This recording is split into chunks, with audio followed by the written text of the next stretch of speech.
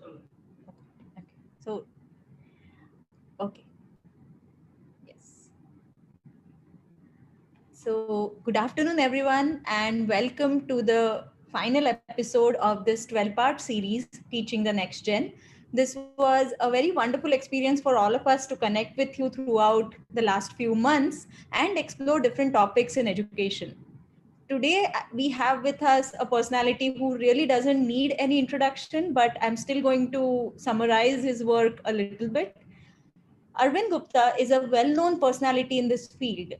He really pioneered and popularized the activity-based learning while using low-cost science toys really across India, and not only India but across the world.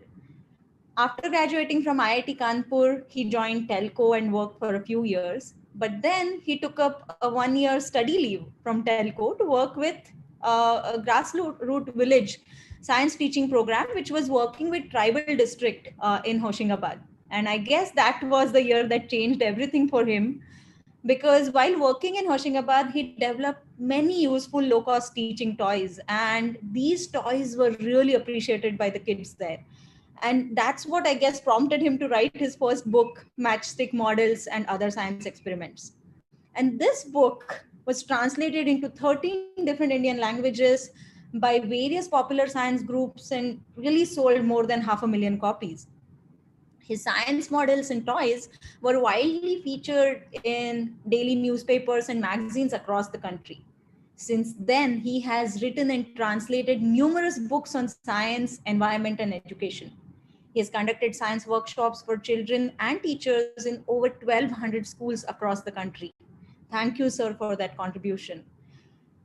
Shri Arvind Gupta's outstanding contribution in designing science teaching aids for young kids has been recognized by several international organizations as well. So these include UNESCO, UNICEF, International Toy Research Association, Hampstead University, Boston Science Center, MIT Media Lab, Walt Disney Imagineering and Research, and the list really goes on.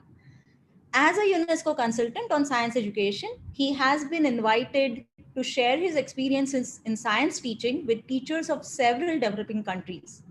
He has received several awards for his outstanding contributions, which include the Eklavya Award, the inaugural National Award for Science Popularization amongst Children, a Syringe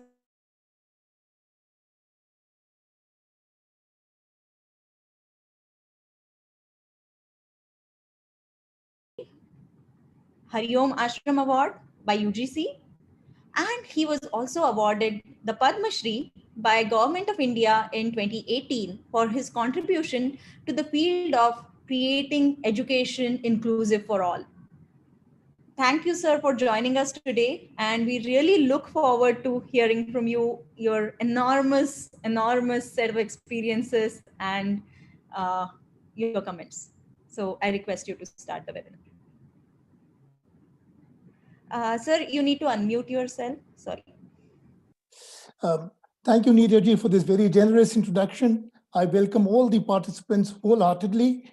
I'll weave my own small journey into science teaching, so it will make the whole experience more personalized.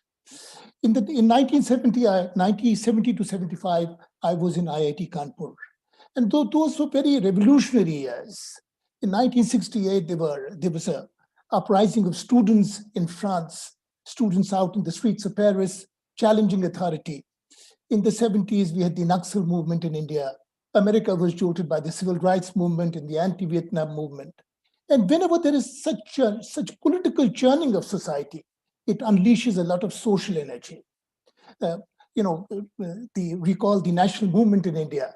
At Gandhiji's call, there were tens of thousands of very highly accomplished people who jumped into the national fray. So the 1970 was one such inflection point in our polity. There was a person, his name was Anil Sadgopal, did a PhD from Caltech, was a molecular biologist and worked in TIFR. He was doing some esoteric research which he could not relate to the lives of the ordinary people. So he chucked his job, and in the 70s, early 70s, he set up a grassroots science teaching program, which came to be known as a Hoshingabad science teaching program. the largest activity-based science program in the country after independence. Almost 1,000 village schools, all the children learn science not through lectures and boring things, but through actually doing experiments with. I was very inspired by him. And because the slogan in the 1970s was, the political slogan was, go to the people, love them, live with them, start from what they know, build on what they have. This was a defining slogan. In 1978, I had spent 2 years in Tata Motors, telco previously, and I took a year's leave and I went to this village. And one thing we thought was that we must try and use as far as possible local materials, readily accessible to the people, so that science is much closer to the people. If we talk about just burettes and pipettes and fancy glassware, plasticware, well, I've been to 3,000 schools in my life. In most schools, they lie locked in a cupboard. And if you have a perceptive eye, you can see a grime of dust on all this high-tech equipment. So we said that we must try and use local materials. So there was a village hart, a village bazaar, every Friday where people spread out their wares. And I said that the challenge lies in trying to make something which is available right over there. And when I was getting my bicycle inflated, I saw this little thing. This is the cycle valve tube, where you actually pump in air in a bicycle, use a bit of this. Even today, you can buy a 100-gram packet of this for about 30 rupees, which is 40 feet of the cycle valve tube. And cycles are made in roads in all our villages. So this is available even in very small villages. Now, if you take a piece of this, you can just, this is a joint of 2. Your children can start by learning angles. It's like a flexible joint of 2. This is an acute angle, this is a right angle, and obtuse angle. You can make all kinds of angles with this.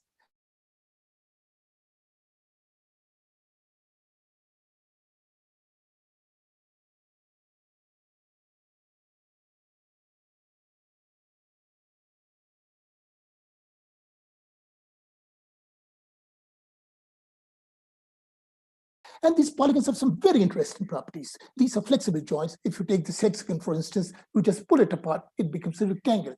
If you just give it a push, it becomes a parallelogram. But this is like an amoeba, which is constantly changing its outer profile. If you look at the pentagon, pull it out, it becomes a boat-shaped trapezium. Push at it, it becomes a house shape. Push it in further, it becomes an isosceles triangle. Again, very, very shaky.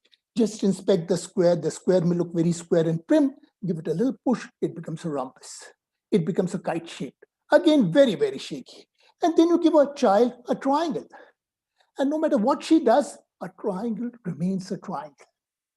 Why study triangles? Because they're very important for living. If you look at any village house, the roof truss is always triangular, because if you put the tiles on top, it doesn't collapse. If you were to make a bridge with square members like this, and if a train goes, what would happen to the bridge? The bridge would start doing a jig. It would start dancing. It would be a very, very weak bridge. Similarly, if you just take this joint of 2 and you push, make a hole over here and push a third matchstick, you make a joint of 3 like this. And if you have a joint of 3 like this, you can take the triangle and insert all the 3 legs into the 3 vertices of this triangle, and you make a very wonderful tetrahedron. Well, the tetrahedron is the strongest structure in 3 dimensions. You can, school-going children can make very simple models. Now, here is the tetrahedron, and you can see that there are 4 marbles. This is the molecular structure of methane. 4 atoms of the hydrogen at the 4 apex of the tetrahedron. In between is a little carbon atom. So, and then you can similarly make a joint of 4, a joint of 6. And what, if you have these models, if you have these joints, well, you can make a lot of 3D structures. For instance, you can see that this is a cube, and you can make a pyramid with a joint of 4, put this on the top, and you would see that this looks like a village house. Or you can take the pyramid, you can take the prism, for instance, and put a tetrahedron on top. This looks like a temple. You can make this is an icosahedron, which just uses joints of, you make joints of 6, but you use only 5. Otherwise, if you use all 6, it would just become a flat structure. It will not curve up. The nice thing about this is that you can just flex it, and this becomes like a radome, like a geodesic dome. The children can play with this. Now, this was in 1978, and I was a very young engineer, 25 years old, and I thought this was so much more wonderful than working in a factory. And since then, I've just stuck onto them. I'm going to be showing you several such very simple models. In the best of times, when children go to school, they never get to enter the laboratory. It's a good elite school, and a kind teacher, she may take the children to the lab in class 9th, but there she would demonstrate how oxygen is made. Still, children don't get to mess around with material, with the experiments in the lab. So we thought this is the best of times. But in COVID times, things have completely changed. There is, something like 33 crore children, 330 million children have been forced to stay back home in India alone. They have access to no lab at all. So in a context like this, using simple, humble material, if you want to reach to the poorest people on earth, you can't talk about very fancy material. You've got to talk about things which are very, very accessible to them. I'm going to show you a few experiments with straws. Now, here's the first experiment. You just take a straw, ordinary plastic straw, press one end, and cut two slants. So this becomes a kind of a, you can see it's like a baby croc's mouth, a little reed over here. And then you put this reed in your mouth and you blow your lungs out. It makes a very, very loud noise. You're not able to see how the sound is produced because the reed is hidden in the mouth. I'm going to keep the reed outside, and instead of blowing out air, I'm going to suck in air.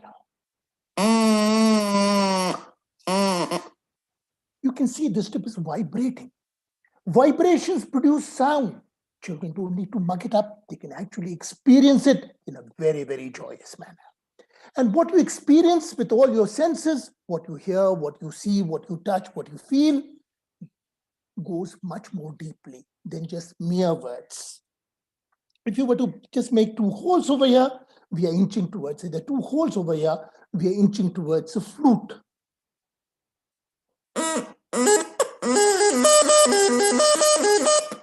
थोड़ी बेसुरी है पर है बांसुरी. And one very nice experiment you can do is keep blowing through the reed, keep making the sound, and keep cutting it, making it shorter and shorter. And something very, very nice happens.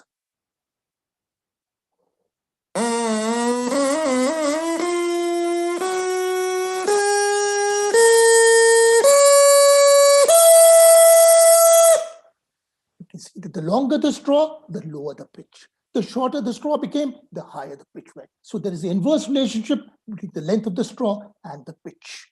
And you can see the smallest straw, a very high pitch. And kids, this is what the kids taught us, that you can make very funny noises with that.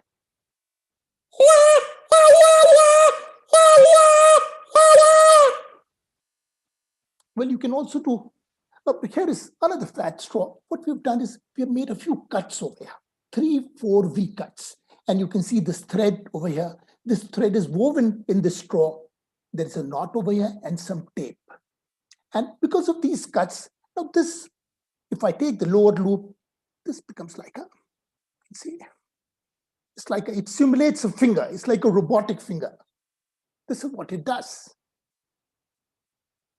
It's a 3-minute toy, but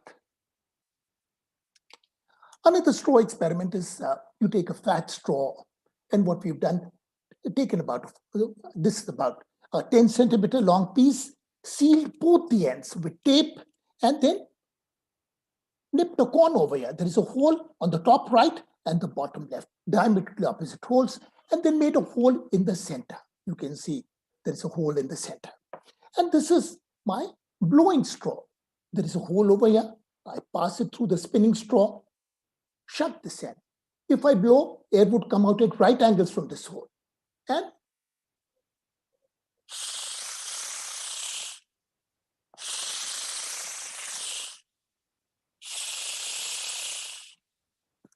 when Air ejects from here and gives it a push in the opposite direction.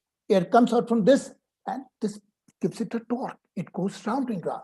If I go to reverse it, you can see that the direction of rotation will also reverse. Can you make me full screen, please? I can just see a small part of the screen. Can someone make me full screen?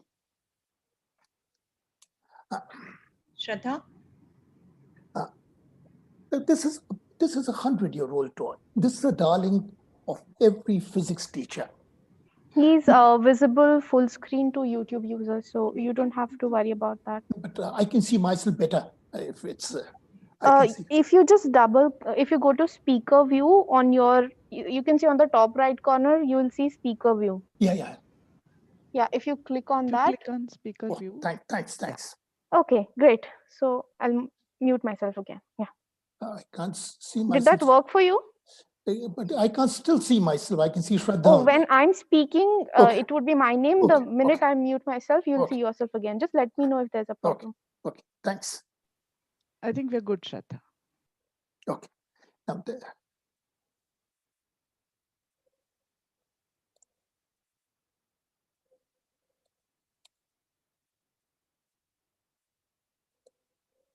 I can still see myself. I can see Apurva's name there, but I can't see myself. I can see a small window of mine. Doesn't matter. I just continue.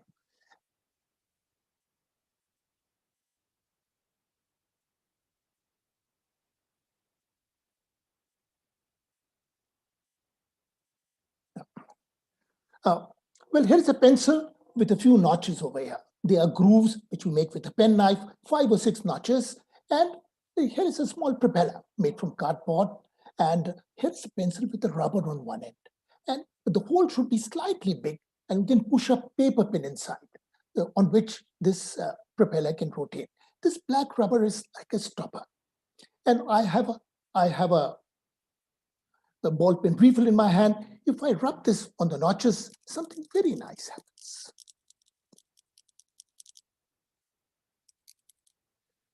This is Fox scientists for the last 100 years. There are 6 major research papers in this toy. This is non-trivial physics. And every child can do that. Often schools are very, very boring. And if something very boring is going on in the school, the child doesn't want to take the notes, he can take up the pencil and play for a little while. I think it'll be so much more fun. This is the way you survive school.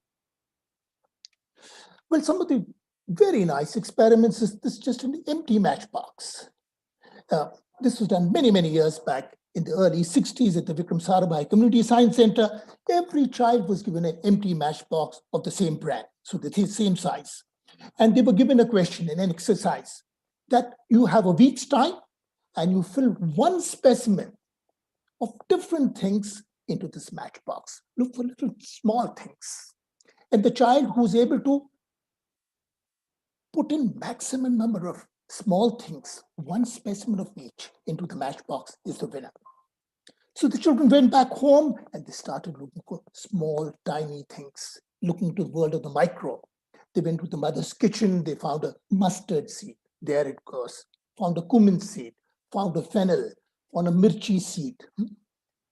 They found a strand of hair, a piece of thread, a broken rubber band. A child within a week was able to pack in 250 things into a matchbox. So science is not about just burettes and pipettes and high-tech equipment. It's an ability to critically examine things around you. And that is what makes science fun and interesting for children. Science which is alienated from the lives of ordinary people. It goes tangent.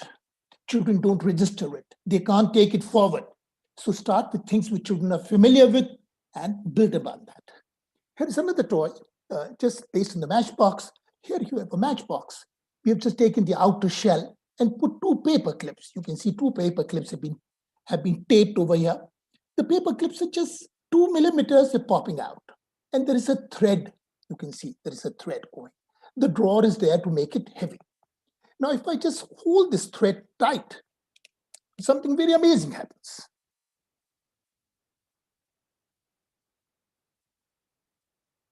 It just simmers down the matchbox because there's much more weight is suspended from one end, and there's so much more weight on the other side.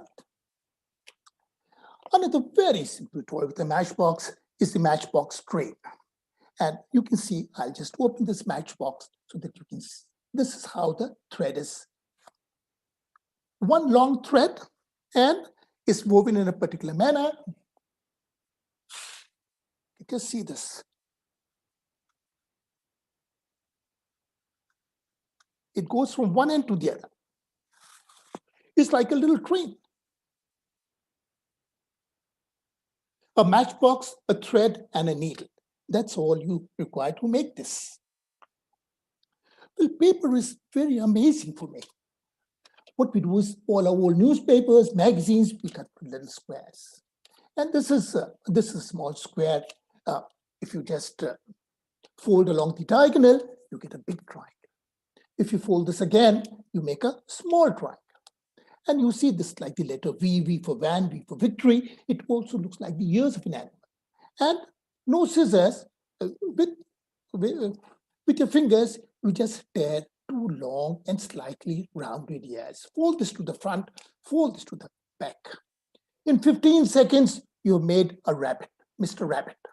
These are the rabbit's long ears, mouth, this is the body, the tail, these are the front legs. Oh, hold the body just below the leg.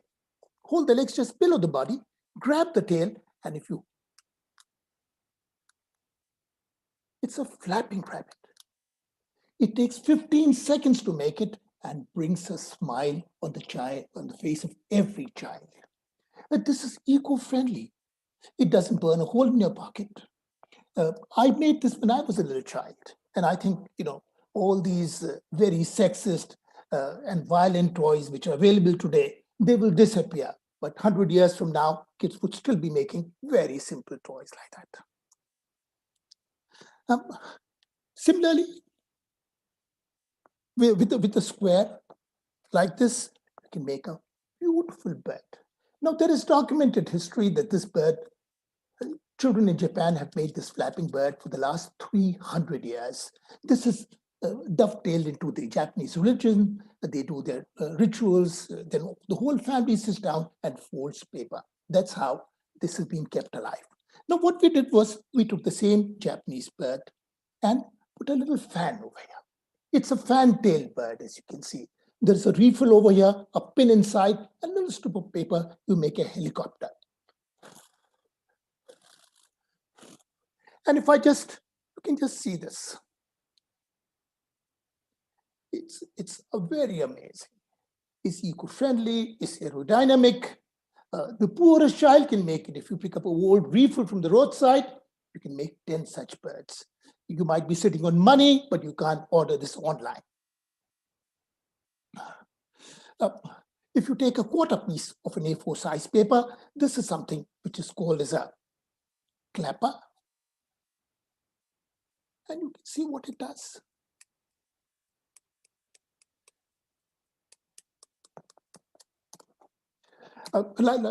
Like the rabbit, this is a butterfly, a flapping butterfly, and you can see what it does.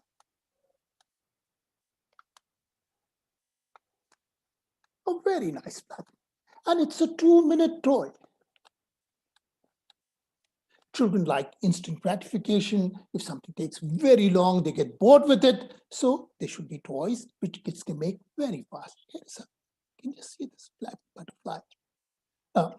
There are two straws. One is like a fruity straw, thin one, which goes into a thick straw. And then you can do like this.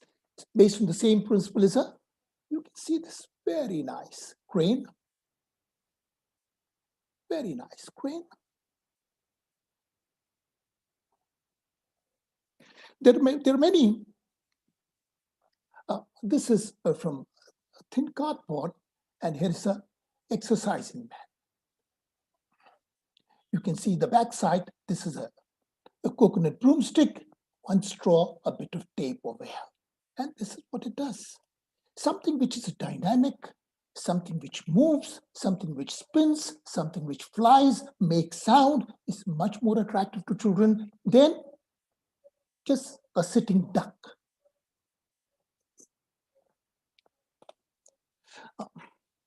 Children learn many things through toys. This is a very old traditional Indian folk toy. It's an acrobat. If you were in Andhra, it would be made with a palmyra leaf. Now you can see this acrobat, the body and the head are double. There are two layers. Between two layers, you have the shoulder and the arms, and they're connected with a needle and a thread. You make a small hinge. Just pull out the needle and knots on both the ends. So you can just see the hands and the legs, they're all hinged. If I just spin this, what an amazingly dynamic toy.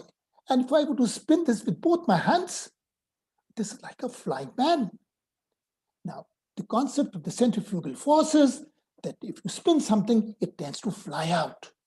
And children, without being, they intuitively learn this lesson in this. You can just see this flying man.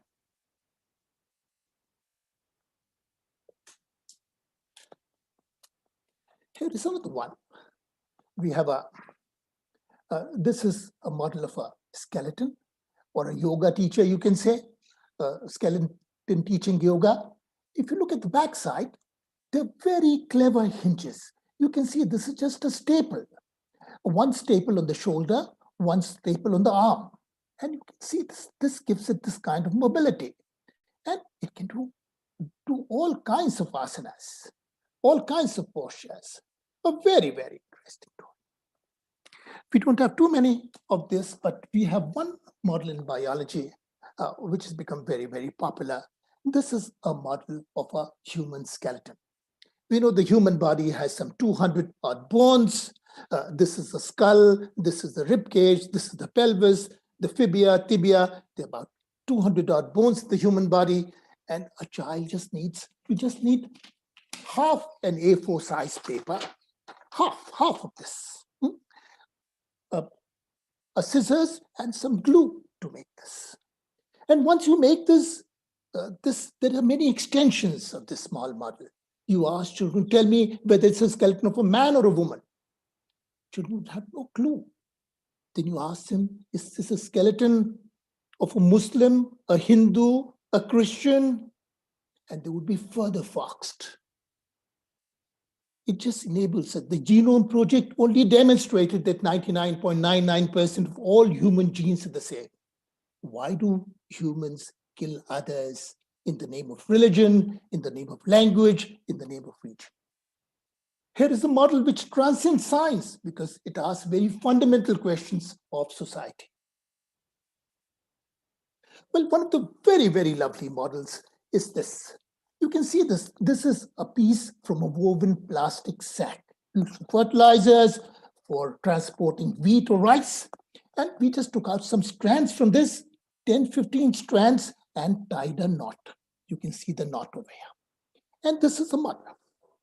And what I'm going to do is just rub them with my thumb and my finger. And you just see this. It's an amazing experiment on static electricity. All these strands get electrostatically charged and they repel each other. My hand is an opposite charge, and so it's attracting it. Look at this. Visit any science lab, ask for the gold leaf electroscope, and it's guaranteed that 90% of them would not be working. Invite a village child to bring a woven plastic sack into the classroom, and the whole school can take this science model back home. That's the great thing about these models. Children would be hooked to science.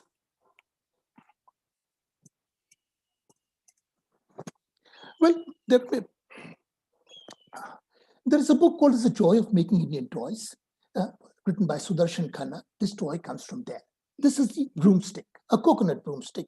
The poorest house would have a coconut broomstick, a long one and a short one, and you tie them tightly with a thread so that the small one is slightly bent down, just like a semaphore railway arm. You could put a baby coconut inside. Where I live, there are no coconut trees, so I've just taken a piece of rubber slipper. You can take an eraser and just push this in. We just need some weight over here. That's it.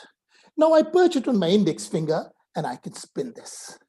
Now this is just like the Sudarshan Chakra. Centrifugal force, centripetal force are big words for little children.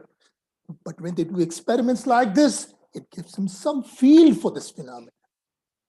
They can peep, a little window to peep through into this. Well, one of the very nice experiments we had in the Hoshangabad Science, for years, we tried to make a simple motor. It went through many, many iterations, and this is the final. You can see this 1.5 volt battery used for torches, costs about 20 rupees. These are two safety pins. This black thing is an old cycle tube or rubber band. And these are ferrite magnets. These are 50 paisa each. And they stick to the mild steel-clad body of the battery. 1.5 volts across both these safety pins. I just make a small coil of insulated copper wire. And if I put it,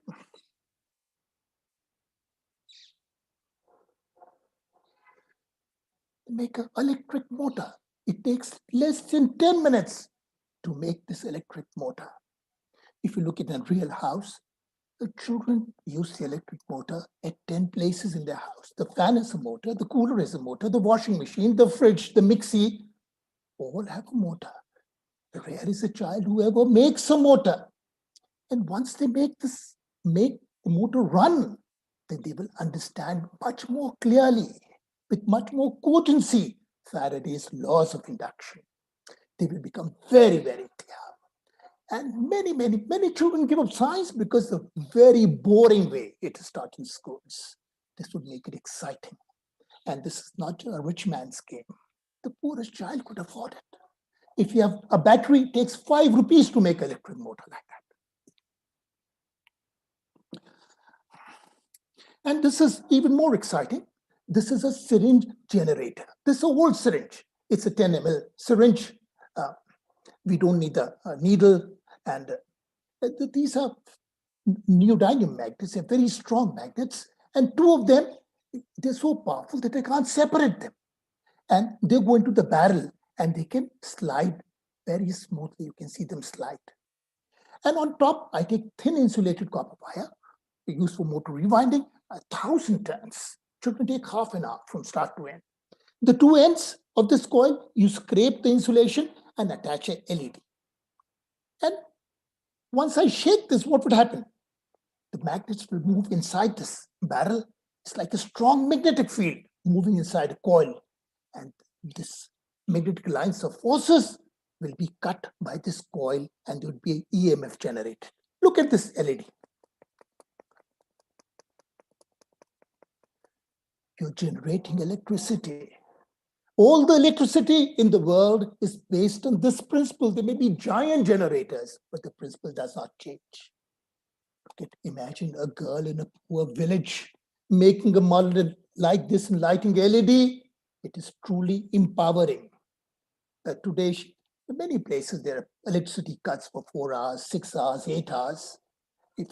Today I light a LED, tomorrow I can light my village. It's truly empowering. Look at this. We have all this. I have a little website, arvindguptatoys.com. We have 8,700 videos in 20 languages with 90 million viewers. In the description box, you can see the details of our website. There is also a Google Drive link where all my 25 books are there. In one go, you can download all the PDFs of these 25 books. Often we think that children children are like empty cans and we need to fill their heads with knowledge. But children are not just consumers of knowledge, they can produce new knowledge. I'll give you one small example.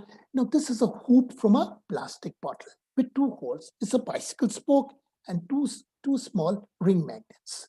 Well, I take the bicycle spoke and I poke it through this. There are 2 opposite holes, put the 2 magnets, ring magnets, and there is it. And you can see what's happening. It's like the whole hoop is coming down. You can upturn this.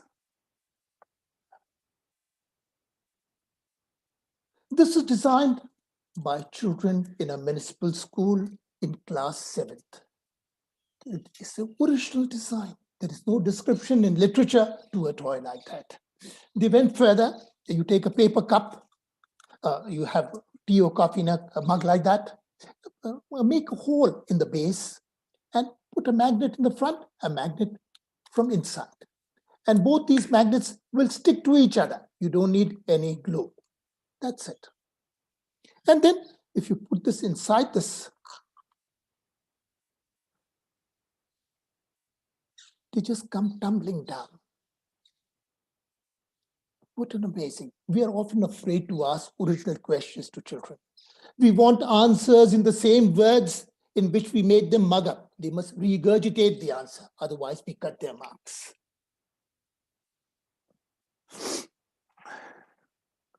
Well, some of the things which we use very often is the old rubber slipper.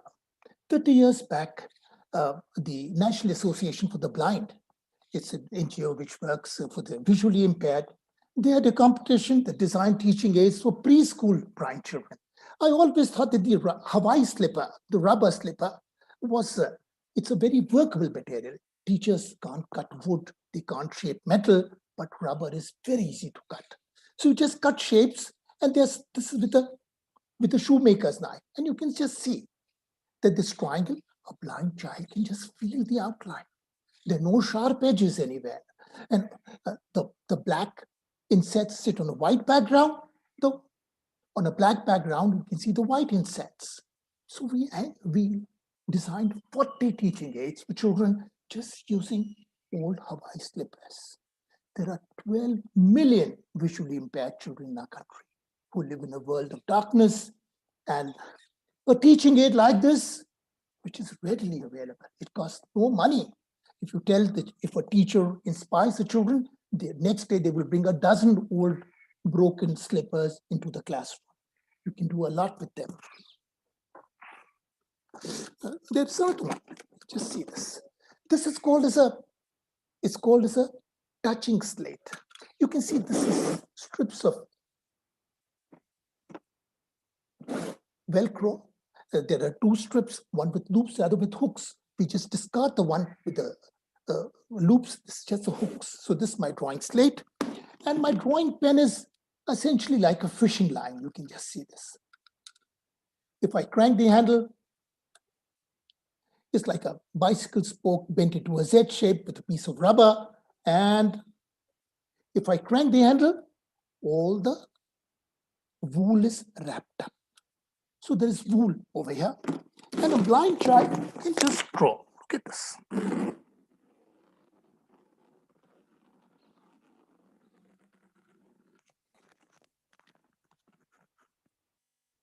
And then they can feel whatever they've drawn with their sensitive fingers. This is one teaching aid which is now being used in every blind school in the country. It costs very little to make. There are no patents to it.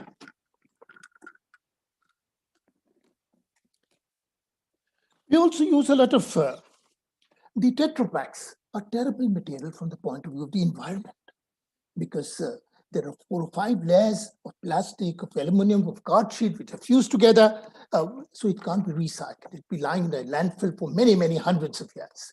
Now, this is an ordinary fruit juice Tetra Pack, which has a capacity of 200. 200 ml is written over here.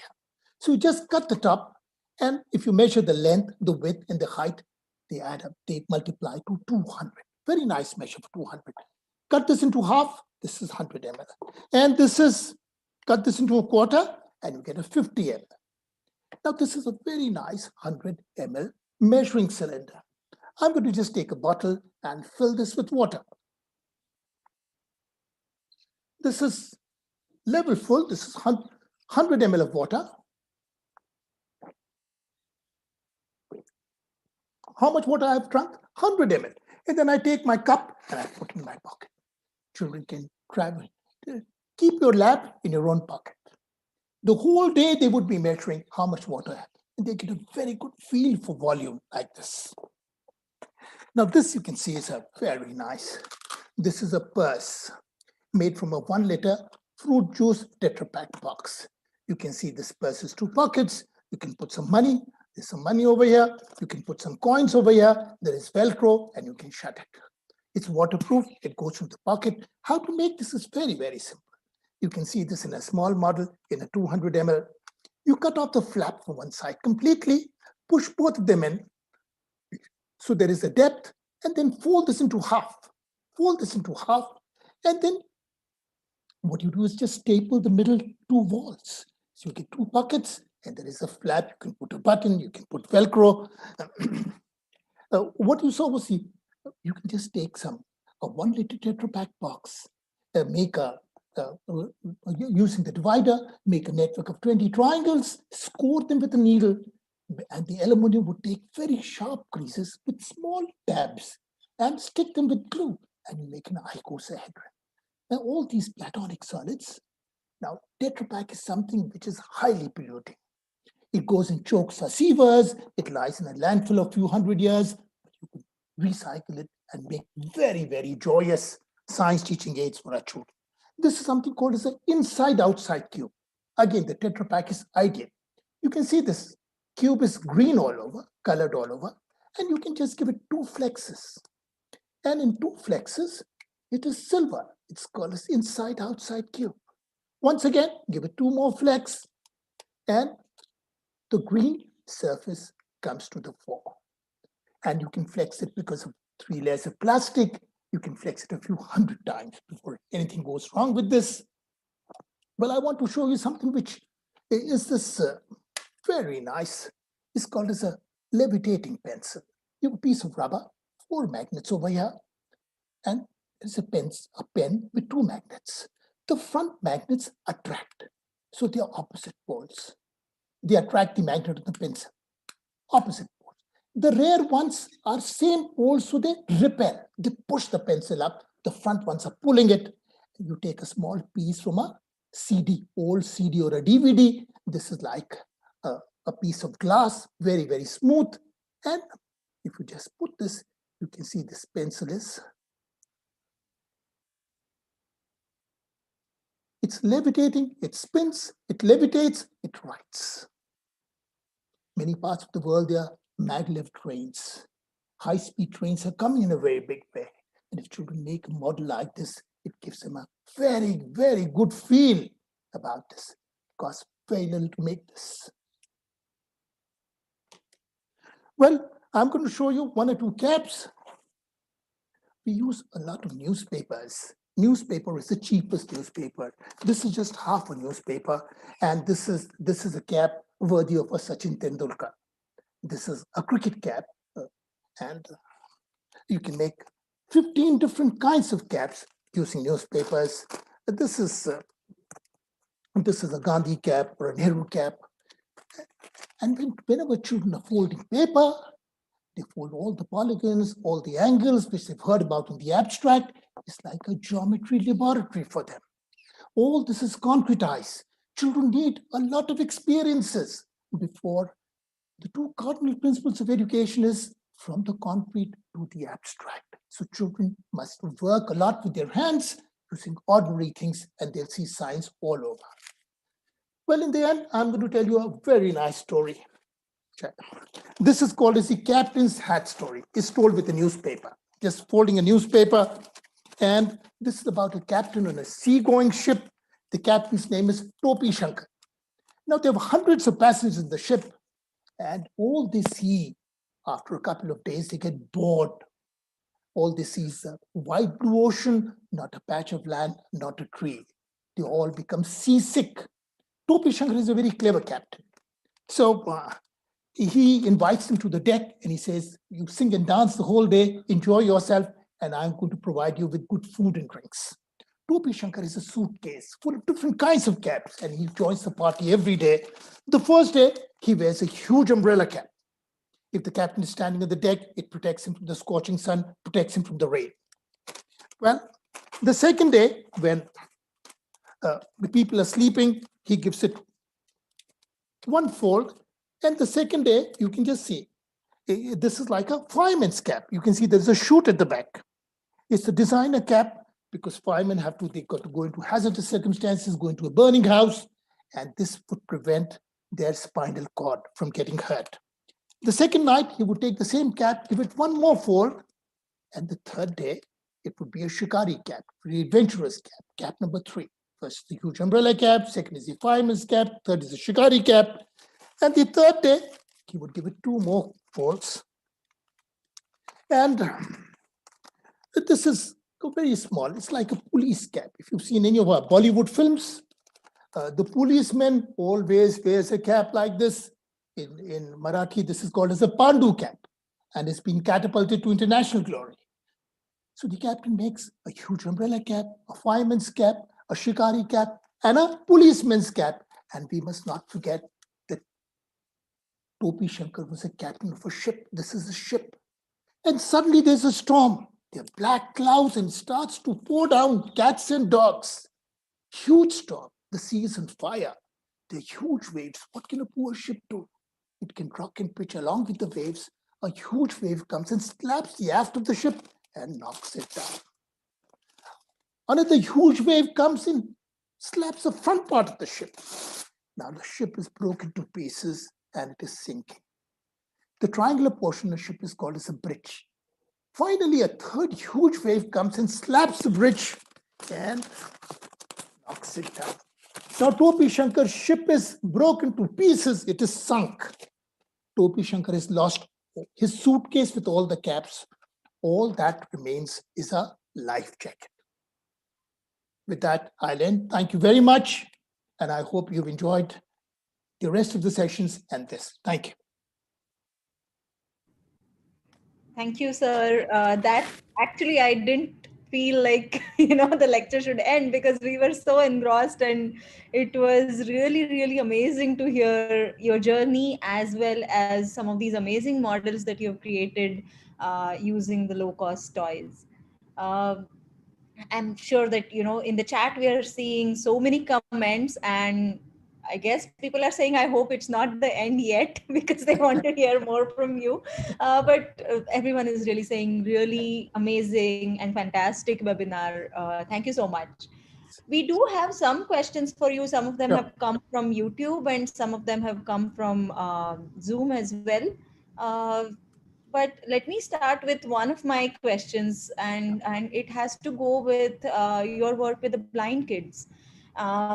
When you were designing toys for them, what were you like? It's very difficult to imagine what and create an inclusive toy that can be used by everyone. What was your thought process when you were designing these toys? Well, during the Hoshangabad Science, we were looking for low-cost alternatives for children using local materials. And very early in life, I'd hit upon the rubber slipper.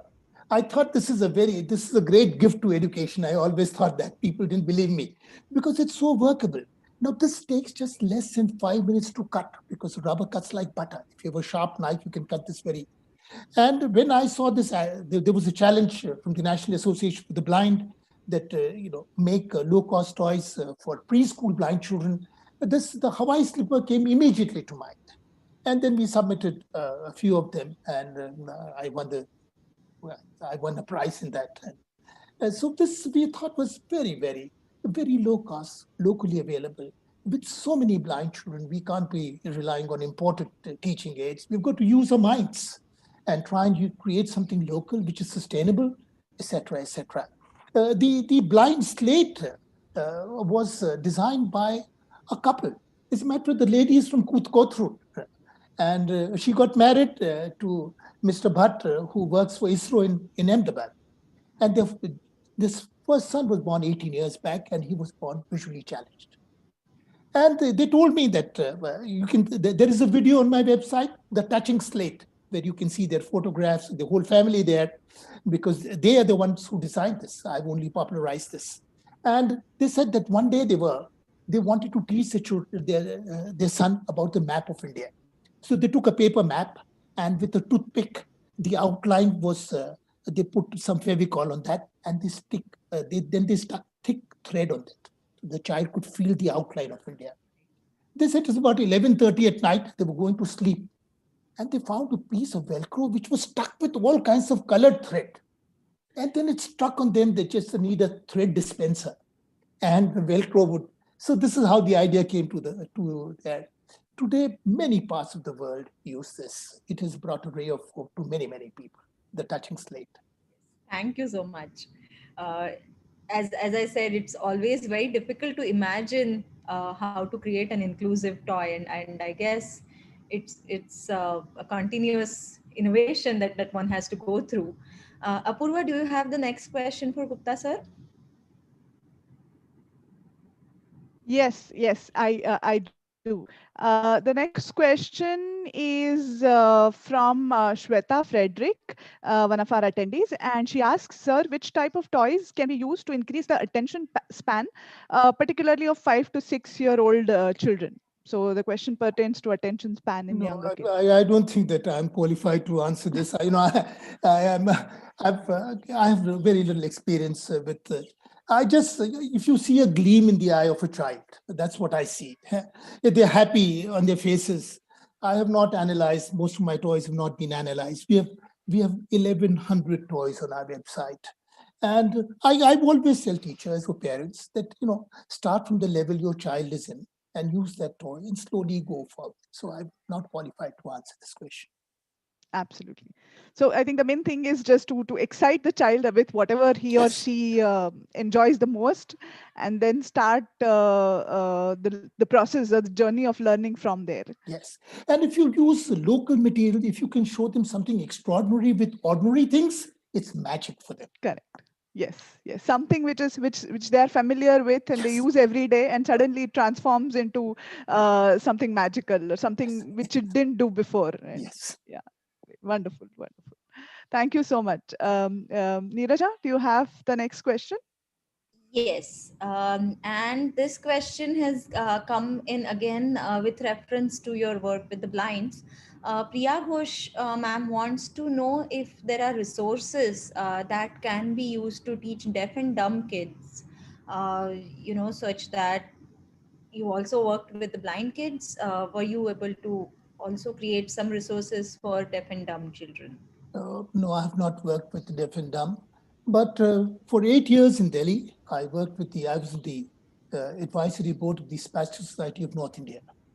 And what we did was that in Delhi, there is St. Mary's School, for instance, a very, very progressive school where something like 20% children are children with varying abilities. You find a child with crutches, one on a wheelchair, one with hearing aids, one partially blind, and the principal welcomes it. So there are several such progressive schools in Delhi. So every year for 8 years, we held a 4-day workshop inviting all these schools, free workshops. And in 3 days, teachers made over 100 toys with their own hands. And the deal was take it back. You are much more closer. You work with these special children, take them back, adapt it to their, a child may not be able to fold, a special child may not be able to fold, but every child would like to wear a Sachin Tendulkar cap. If one child makes it, it's like a peer pressure. The whole class wants it. So that's what we did. Leave the adaptation to them. I have not worked with the deaf children or dumb children. I have no experience with that. That's an incredible experience to share, especially if we can create aids or such accessories for people or kids who are finding it difficult to really conduct these experiments in schools. I wanted to know if there is a website that the teachers can go to, or refer to, like where if there is a teacher who is struggling on teaching any of the kids in their class, especially the specially abled kids, is there a resource where they can go? No, I don't think they're resources, but they are kind of embedded into mainstream websites. If you go to my website, you would find maybe a dozen toys which can be very easily adapted, but they are embedded. I don't think I think the special institutes they have a very daunting task in front of them. They were overwhelmed and they have never had the time to put up these resources. But would I? Thank you for sharing that. Apurva, do you have the next question? Yes, I do. This is a question from Satyashay Hasabni sir, who is been our regular attendees of the series as well. He is asking what difference do you feel there is between virtual resources and games and toys and hands-on toys? And what is your take on virtual versus hands-on toys? Very interesting question. I'm No, sure a lot of people yeah, are curious about this. no, I think I would believe that I would not. I think both of them are important. It's the feel for a rubber you can't get by just seeing the picture of it, right? You need to touch it, the texture, the flexibility, how hard, how soft it is, whether the blocks are actually fitting in, are they falling through? Now these you would get, but if you wish to. We for 11 years, I was in IISER Children's Science Center. We used to have 2 free workshops every week. 50 kids came, spent 3 hours with them. But that's a drop in the ocean. And that's when we realized that we wish to reach much larger sections of our people and the poorest people across the globe. That you can't be having physical workshops. It's not possible, right? So then we started the website. And today we have 90 million viewers of our videos. So I think both are very essential. Those physical workshops were like a laboratory for us, for our own learning. If you made a toy and you gave it to, how did the children respond to it? Many times the children critiqued it. They said, this is rubbish. Many times they gave suggestions which took it to a different level. So those were laboratories for us. But in the end, documenting it and putting it in the free public domain on the net makes it accessible to one and all. So both are very important. The physical experience as well as the advantages that that the virtual medium gives of access and reach, both should be. Like for instance, there may be 100, I can see 100, 200 people watching right now. And in the chat box, they would see a Google link. In one click, they can download all my 25 books. It was not possible before. Yes. It's magical, right? Yes. Sharing can be much more virtually, which was not possible earlier. Absolutely. So if I may follow it up with a question of my own, I have been fascinated with these kinds of toys and the fun element and the excitement that they bring in. My question is, how do we take it from the fun, start with the fun element, and how do we take it slightly into a more serious exploration of science? Because children often tend to get bored of something, and they don't really want to dig deeper. How do we make that transition as teachers?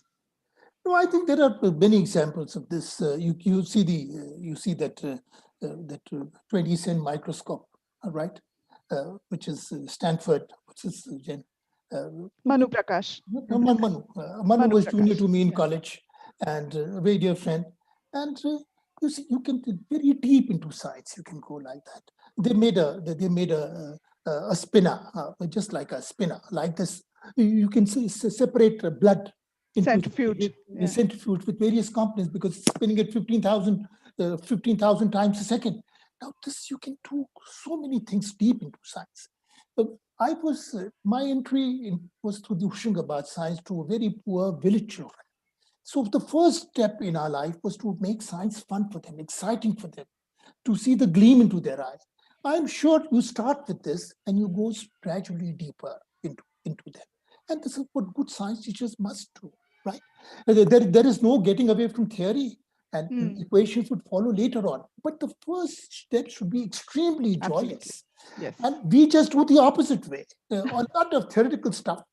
I can just give you an example. 2000 Distinguished Alumnus Award from IIT Kanpur. Then the electrical engineering department, they wanted to honor me in IIT Kanpur. And I said, damn it.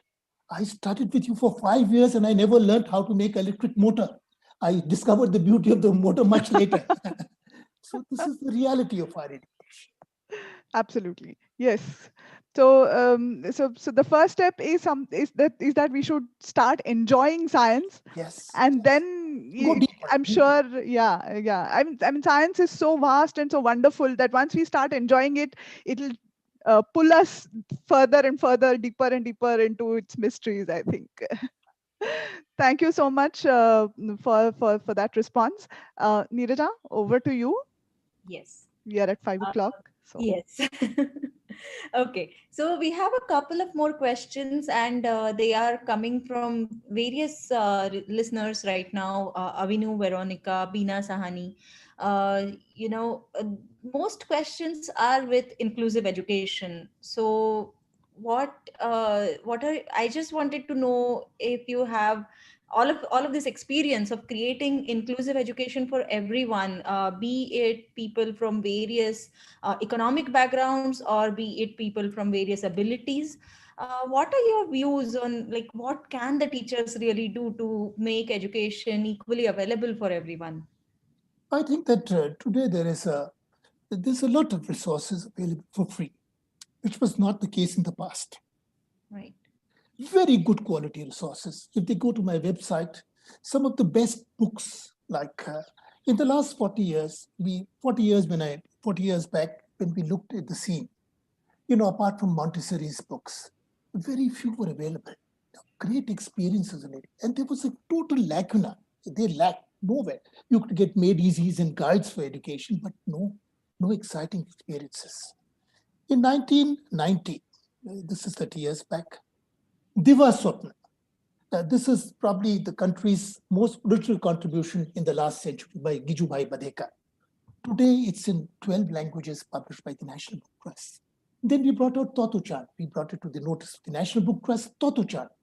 Trust me, today in Marathi, it's in the 27th edition because 30 years back we got it published. Summerhill, How Children Fail, How Children Learn, Teacher by Sylvia Ashton Warner, the Sudbury Valley School. So some people are responsible. 40 of the greatest books in the world, beg, borrow, get copyrights, share them, get them translated. The terrain of education is barren, it's stony. If there was a good seed, it would wilt away because there is no soil. Our task is to every day make a fistful of soil.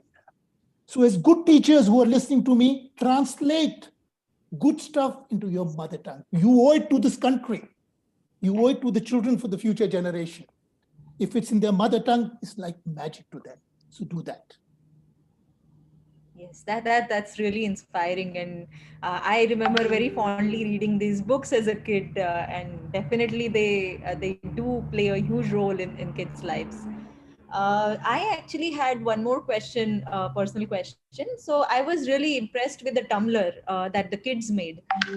Now, whenever and many teachers are listening to us right now, whenever kids come up with something new, probably something that has not been documented, what should they do? Should they? Is there any place that they can go to document such a thing, and maybe they can share it with you, and it would go worldwide? No, see, today there are so many innovative kids.